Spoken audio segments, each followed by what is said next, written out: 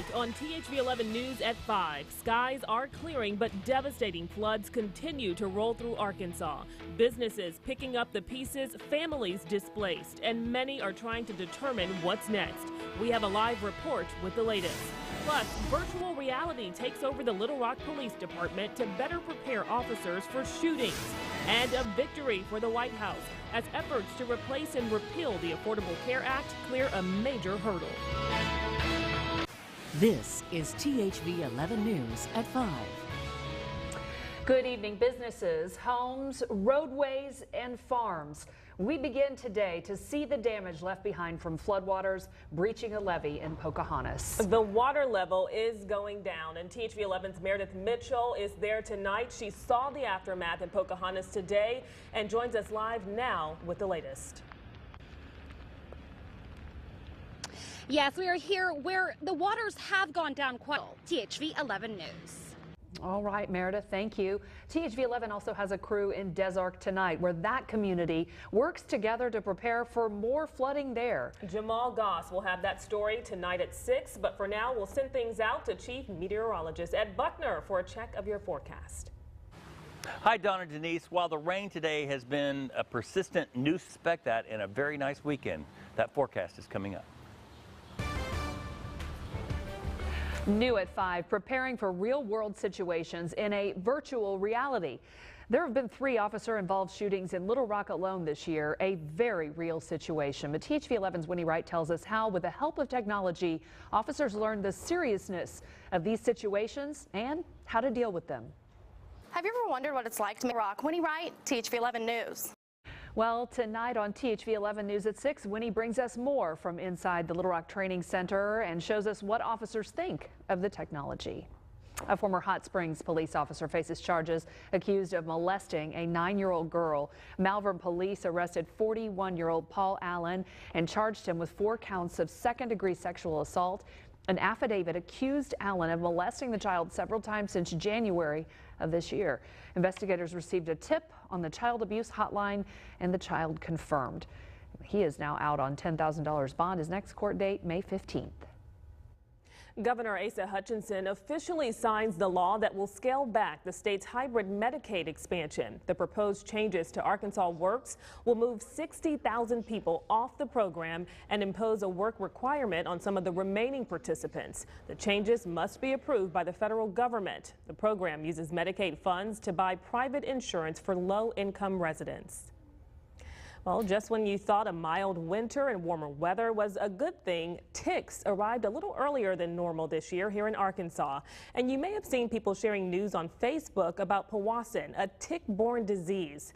But before you hit share, the Arkansas Department of Health doesn't think this virus is a threat for Arkansans, but ticks in general are a concern. Susan Weinstein, state public health veterinarian, suggests using insect repellent and avoiding wooded areas when possible.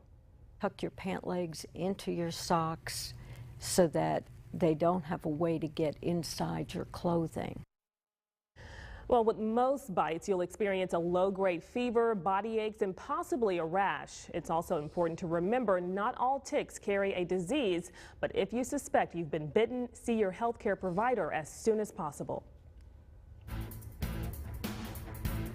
A popular Netflix show, 13 Reasons Why, is causing a lot of controversy. And now schools in Little Rock and across the country are speaking out, warning parents that this show could result in dangerous consequences.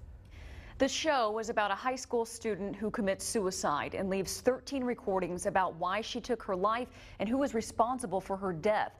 The show contains graphic rape scenes and a graphic suicide scene. The American Foundation for Suicide Prevention is speaking out, saying that this show could cause students to romanticize suicide and even develop revenge fantasies. That's why we gathered experts, school leaders, and young people together to talk about the impact of this show. While the show is certainly controversial, we did find that it started an important conversation about teen suicide. Schools are working to help students, and students themselves are finally sharing their feelings. I've had a lot of my friends come up to me and, talk to me about how, they've been depressed, and that's not something I hear every day because no one's talked about that with me unless I bring it up. So I think that's a good thing. Tonight, hear the concerns and warnings about this show and see the good that has come out of something so controversial. So, Amanda, the first part of this series airs at 6 and then another at 10. What can we expect? Well, 6 o'clock is really going to talk about the show, the concerns with it, and what schools are reacting to. But then at 10, we know this is a hard conversation. It's not something easy to talk about, so we bring in experts to tell you how you can have these conversations so that you can effectively talk about it and maybe not be so nervous. All right, Amanda Yeager, such an important topic. Thank you for bringing light to it. Absolutely, thank you. All right. In Augusta, floodwaters are so high, some families can still get to their homes, but only by boat. THV 11's Raven Richard took the trip to see the White River spilling over, and we'll have the story next. Welcome back. Flooding hit several parts of the state, including areas in Augusta and along Highway 33 South, just past Gregory. Tonight, Raven Richard tells us about a man whose home is now surrounded by water. Richard, THV 11. Raven, thank you. Highway 33 South near Gregory is open, but drivers are advised to use caution while crossing the roads. And the flooding is expected to continue for a few more days. Luckily, though, the forecast is showing some sunshine. Chief Meteorologist Ed Buckner joins us from the Crane Kia Weather Garden with more on this nice weather ahead. Hi, Denise. As I mentioned, the past weather before the next chance of rain late next week. Denise? Nice. All right. Thanks, Ed. A busy day on Capitol Hill where President Trump worked on 2 campaign promises. Details on the next step for plans to repeal the Affordable Care Act and his executive order for religious freedom. Next. In a victory for President Trump, a deal to repeal the Affordable Care Act is headed to the U.S. Senate. Well, the bill would cut the subsidies for low-income Americans and eliminate taxes on the wealthy that pay for them. It would also try to encourage young people to buy insurance by offering an age-based tax credit for people making less than $75,000. States can choose to allow insurers to charge higher rates for people with pre-existing conditions, but only if the states set up high-risk pools to help with cost. Senate GOP Whip John Cornyn says the bill would have to go through considerable changes to pass the Senate. A new executive order is in place promising to protect and promote religious liberty. While celebrating the National Day of Prayer, President Trump signed the order with instructions for the IRS to pull back on enforcing rules that ban churches and tax-exempt groups from endorsing political candidates. The president is also promising additional relief from an Affordable Care Act mandate that requires organizations to cover birth control for employees, even if they have religious objections. In a look at world news tonight, Queen Elizabeth's husband, Prince Philip, says he's ready to retire from his royal duties. In a statement, the palace said, quote, His Royal Highness has decided that he will no longer carry out public engagements from autumn this year.